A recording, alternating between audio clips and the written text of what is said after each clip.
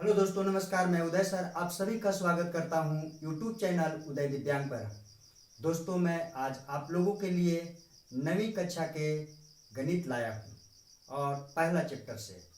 दोस्तों, मैं कुछ कंसेप्ट समझाना चाहता हूं जो आप देखेंगे। कक्षा 9 विषय गणित।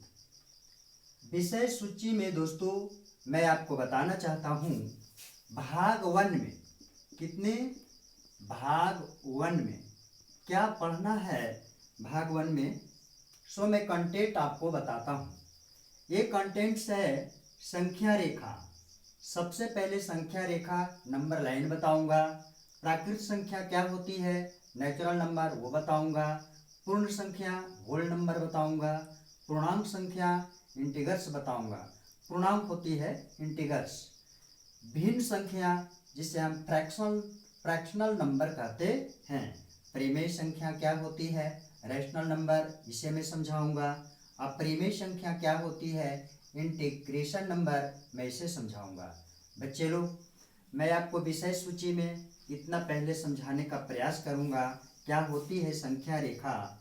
जैसे कि कंटेंट्स में संख्या रेखा पहले पढ़ाना है। संख्या रेखा में सबसे पहले संख्या पद्धति अध्याय 1 में देखने को मिलेगा। संख्या पद्धति को नंबर सिस्टम कहते हैं। संख्या रेखा नंबर लाइन क्या है, जब किसी संख्या को संख्या रेखा पर निरूपित किया जाता है तो उसे संख्या रेखा कहते हैं। जब किसी संख्या को संख्या रेखा पर निरूपित करते हैं तो उसे हम संख्या रेखा कहते हैं। जैसा कि दोस्त आपको नीचे साफ से नहीं दिख रहा होगा, इसका उदाहरण मैं ऊपर दे सकता हूँ। देखें, उदाहरण है एक संख्या रेखा है। एक संख्या रेखा है। इस संख्या रेखा पर हम अंकों को कैसे निरूपित करते हैं। जैसे सबसे पहले हम 0 से शुरू करते हैं। 1 2 3 4 5। इसी तरह बाएं तरफ भी हम लाइन खींच लेते हैं। 0 से दाएं तरफ जब चलते हैं तो धन 1, धन 2, धन 3, धन 4, धन 5 इस प्रकार से संख्या रेखा पर निरूपित होती है।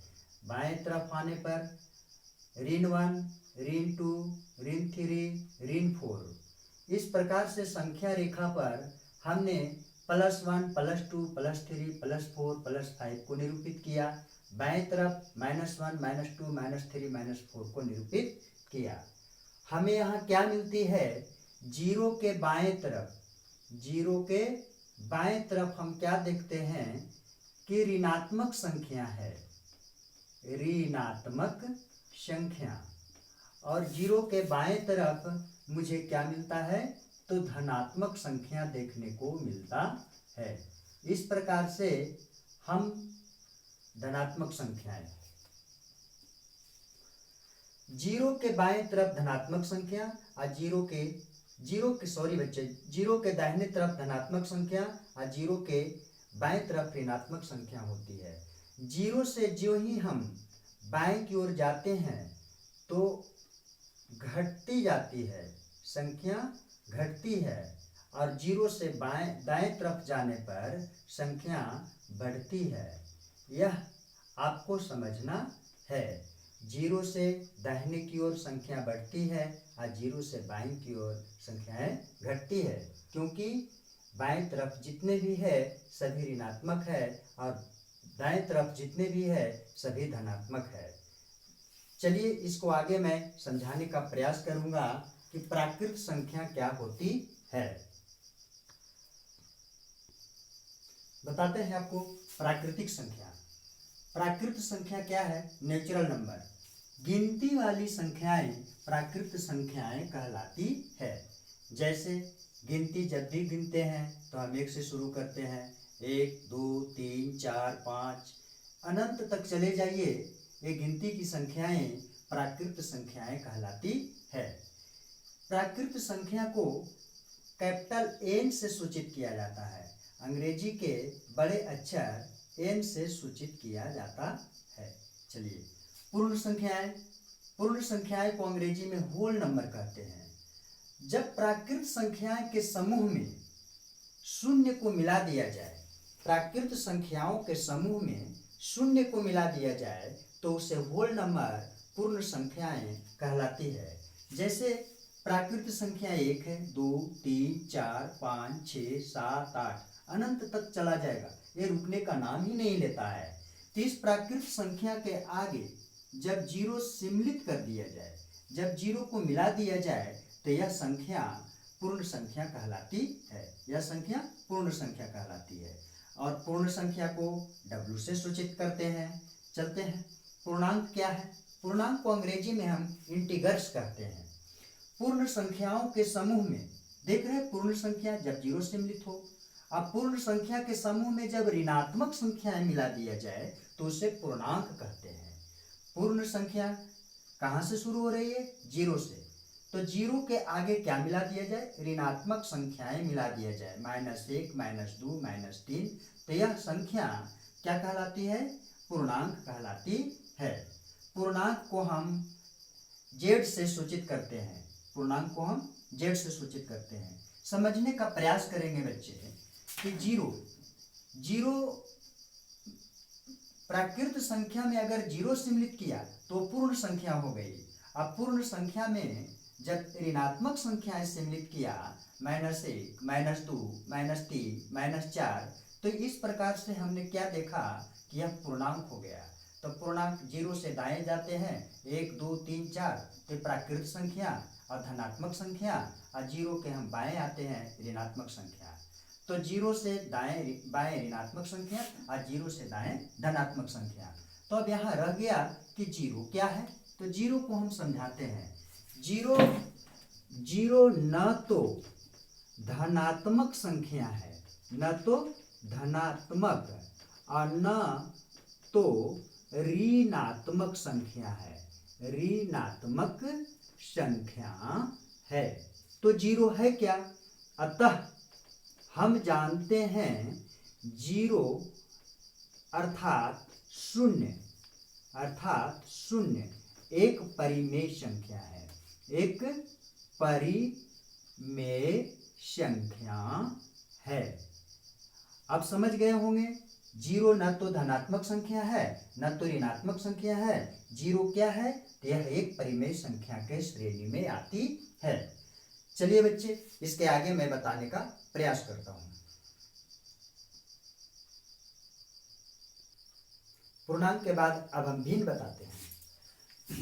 जानना है कि भिन्न क्या है। भिन्न संख्याएं को फ्रैक्शनल नंबर कहते हैं। बट्टे की संख्या को भिन्न संख्या कहते हैं। जैसे 5/2, 3/2, 5/3, 1/2, 5, 3, ये अनंत तक चला जाएगा तो इसे हम क्या कहेंगे? भिन्न संख्या कहेंगे। भिन्न का मतलब होता है भागा, डिवाइड। 5/3, 1/2, 5 को हम 1 लिख सकते हैं, 3/2 भी लिख सकते हैं। इस प्रकार से हम जितना भी देखते हैं जो बट्टे में लिखाता है उसी को हम भिन्न संख्या कहते हैं। परिमेय संख्या क्या है? ये बहुत VVI है। परिमेय संख्या को रैशनल नंबर कहते हैं अंग्रेजी में। वैसी संख्या जिसे P/Q के रूप में लिखा जा सकता हो, वैसी संख्या जिसे P/Q के रूप में लिखा जा सकता हो उसे परिमेय संख्या कहते हैं।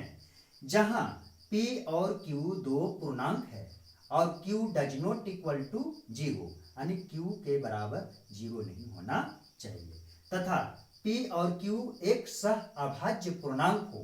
अर्थात सह अभाज्य क्या होता है? अपने और एक के अलावा और किसी अंक से ना कटे। नोट, Q बराबर 0 नहीं होना चाहिए। परिमेय संख्या को Q से सूचित करते हैं। इसे हम उदाहरण के माध्यम से समझाने का प्रयास करते हैं। प्राकृत संख्या जैसे 1, 2, 3, 4, 5 ये सभी क्या है? प्राकृत संख्याएं भी परिमेय संख्याएं होती है। उसके बाद है पूर्ण संख्या। अगर 0 लगा दिया तो भी परिमेय संख्याएं होती है। 0 भी एक परिमेय संख्या है। पूर्णांक, तो पूर्णांक में आ जाएगा -1, -2, -3, -4, -5, इन्फिनाइट। अंत तक चला जाइए, ये रुकने का नाम नहीं लेता। लेकिन सबके नीचे यानी प्राकृत संख्या, जीरो पूर्ण संख्या, पूर्णांक ऋणात्मक संख्या, अभिन्न संख्या। भिन्न संख्या मतलब 5/2, 3/2, 4/5, कुछ भी ले लीजिए। उदाहरण में 3/7 या तो 5, 6, 7, 8 इन्फिनाइट। ये जितने भी अंक है सभी P/Q के रूप में देखने को मिल रहा है, इसलिए इसे हम परिमेय संख्या कहते हैं, रैशनल नंबर कहते हैं। तो चलते हैं अपरिमेय संख्या बताने के लिए। समझिए, अपरिमेय संख्या इरेशनल नंबर वैसी संख्याएं जिसे P/Q के रूप में नहीं लिखा जा सकता हो, उसे अपरिमेय संख्याएं कहलाती है। जैसे √2 को हम P/Q के रूप में नहीं लिख सकते। √3, √5, √7, पाई का मान तो इन्फिनाइट आता है, और 0.1011011011101110 इस प्रकार से यह अनंत है। यह रुकने का नाम नहीं लेता है। जो रुकने का नाम नहीं लेता है वह अपरिमेय संख्या कहलाती है। आप देख सकते हैं √2, √3, √5 जितने भी रूट में आएंगे, जिसका वर्गमूल नहीं होगा वह सभी के सभी अपरिमेय संख्या होगा। आगे समझने का प्रयास करते हैं। वास्तविक संख्याएं जिसे हम रियल नंबर कहते हैं। परिमेय संख्याएं और अपरिमेय संख्याओं के समूह को वास्तविक संख्याएं कहलाती है। क्या होती है परिमेय संख्याएं और अपरिमेय संख्याएं? दो परिमेय संख्या है और √2 अपरिमेय संख्याएं है। ये दोनों आपस में गुणा में है, 2√2। तो दोनों के परिमेय और अपरिमेय के समूह को अपरिमेय कहलाया। तो 2√3 यह भी वास्तविक संख्या है। 2 + √3 परिमेय और अपरिमेय का एक समूह है। 3 + √5, 3 - √2, 2 - 2√5 इन्फिनाइट। इस प्रकार से अनंत तक उदाहरण होगा। जो परिमेय और अपरिमेय संख्याओं का समूह है वह वास्तविक संख्याएं कहलाती है। नोट में हम देखेंगे, दो परिमेय संख्याओं के बीच अपरिमित रूप से अनेक परिमेय संख्याएं होती है। आपको ऑब्जेक्टिव में भी काम आएगा। दो परिमेय संख्याओं के बीच अनंत अपरिमेय संख्याएं यानी परिमेय संख्याएं होती है। 1 और 2 के बीच 5 परिमेय संख्या ज्ञात करें। चलिए, आपको कक्षा 9 के भाग 1 चैप्टर 1 के पहले उदाहरण 2 में एक हिसाब है, एक मैथ दिया हुआ है। 1 और 2 के बीच 5 परिमेय संख्या ज्ञात करें। कितना? 1 और 2। देखिए, आसान तरीका से इसे हम हल करते हैं। कितने परिमेय संख्या है? 5। 5 में आप 1 जोड़ दें, कितना आ जाता है? 6। एक 6 को दोनों में ऊपर नीचे गुना कर दें, 1 में भी और 2 में भी। क्या पाएंगे? 1 छक्के 6 और बट्टे में 6। 6 6 देखिए कैंसिल होगा, 1 आ जाता है। 6 6 कैंसिल होगा, 2 आ तो 2 छक्के 12 बट्टे 6। अब देखेंगे 1 और 2 के बीच कितने परिमेय संख्या? 5। तो 6 हो गया। इसके बीच क्या आएगा? 7/6, 8/6, 9/6, 10/6, 11/6। ये कितने आ गया? यहाँ से यहाँ तक 1 2 3 4 5 परिमेय संख्या आ गया। हम कह सकते हैं 1 और 2 के बीच कितने परिमेय संख्या आया? 5 परिमेय संख्या। 5 परिमेय संख्या कौन कौन आ गया? तो देख रहे हैं 7/6 आ गया, 8/6 आ गया, 9/6 आ गया, 10/6 आ गया और 11/6 आ गया। इस प्रकार से हम प्राकृत संख्या 1 और 2 के बीच 5 परिमेय संख्या ज्ञात किया। अब मैं अगले 1.1 को मैं शुरू करूंगा। ओके बच्चे, यदि मेरा वीडियो बहुत अच्छा लगा होगा तो आप शेयर करेंगे, लाइक करेंगे, मुझे प्यार देंगे। मुझे उम्मीद है कि मुझ जैसे असहाय व्यक्ति को आप जरूर मदद करेंगे। चलो बच्चे, जय हिंद, जय भारत।